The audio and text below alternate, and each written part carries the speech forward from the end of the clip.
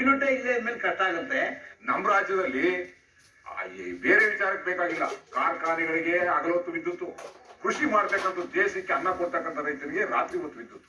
ಆ ಸಂದರ್ಭದಲ್ಲಿ ಹಾವೇನಾದ್ರು snake byte ಆಯ್ತು, ಹಾವು ಕಚ್ಚಿತು ಅಂತ ಹೇಳಿದ್ರೆ ಆತನಿಗೆ ಉಚಿತವಾದ ಚಿಕಿತ್ಸೆ ಇಲ್ಲ.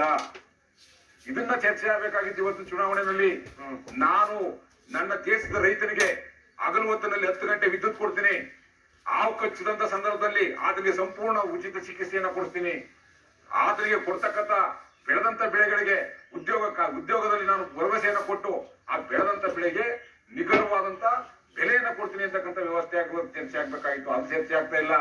ಉರಿಗೌಡ, ನಂಜೇಗೌಡ ಇವರ ಚರ್ಚೆ ಕೊಡ್ತಕ್ಕಂಥವ್ರು. ಉರಿಗೌಡ, ನಂಜೇಗೌಡ ಓಟ್ ಹಾಕ್ತಾರ ನಿಮ್ಗೆ?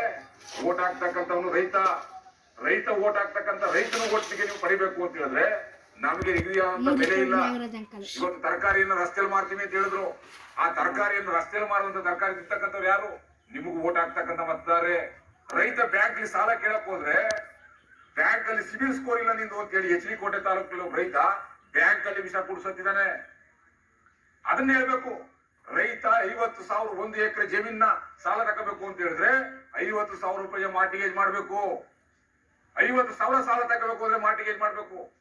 ಅದೇ ಬಂಡವಾಳಶಾಹಿಗಳು 10 ಗುಂಟೆ ಜಮೀನು 1 ಎಕರೆ ಜಮೀನ ಅಲಿಗೇಷನ್ ಮಾಡ್ತು ಅಂತ ಹೇಳಿದ್ರೆ 106 ಕೋಟಿ ರೂಪಾಯಿ ಸಾಲ ಕೊಡ್ತೀರಿ, ಅವ್ರಿಗೆ NPA ಅಂತ ಹೇಳಿ ಮನ್ನಾ ಮಾಡ್ತೀರಿ. ಈ ದೇಶಕ್ಕೆ ಸಾಲ ತಗೊಂಡಿರ್ತಕ್ಕಂಥ ರೈತ ತನ್ನ ಮೋಜು ಮಸ್ತಿಗೆ ಯಾವನಾರು MLA ಮಂತ್ರಿ ಬಂಡವಾಳಶಾಹಿ ಆತ್ಮಹತ್ಯೆ ಮಾಡ್ಕೊಂಡಿದ್ದಾನ? ಯಾಕೆ ಆತ್ಮಹತ್ಯೆ ಮಾಡ್ಕೊಂಡಿಲ್ಲ ಅವರು? ಇವತ್ತು ರೈತ ಆತ್ಮಹತ್ಯೆ ಮಾಡ್ಕೊಂಡಿದ್ದಾನೆ. ರೈತನ ಕಷ್ಟ, ರೈತನ ಶಾಪ ಈ ದೇಶದಲ್ಲಿ ಆಡಳಿತ ಮಾಡುವಂತ ಮಂತ್ರಿ MLAಗಳಿಗೆ ತಟ್ಟುತ್ತೆ.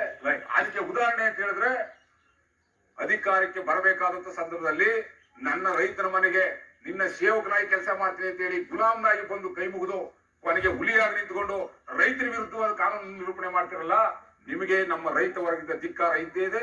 ಧಿಕ್ಕಾರ. Thank you sir. ನನ್ನ ಸಮಯ ಇದ್ದಿಷ್ಟೇ.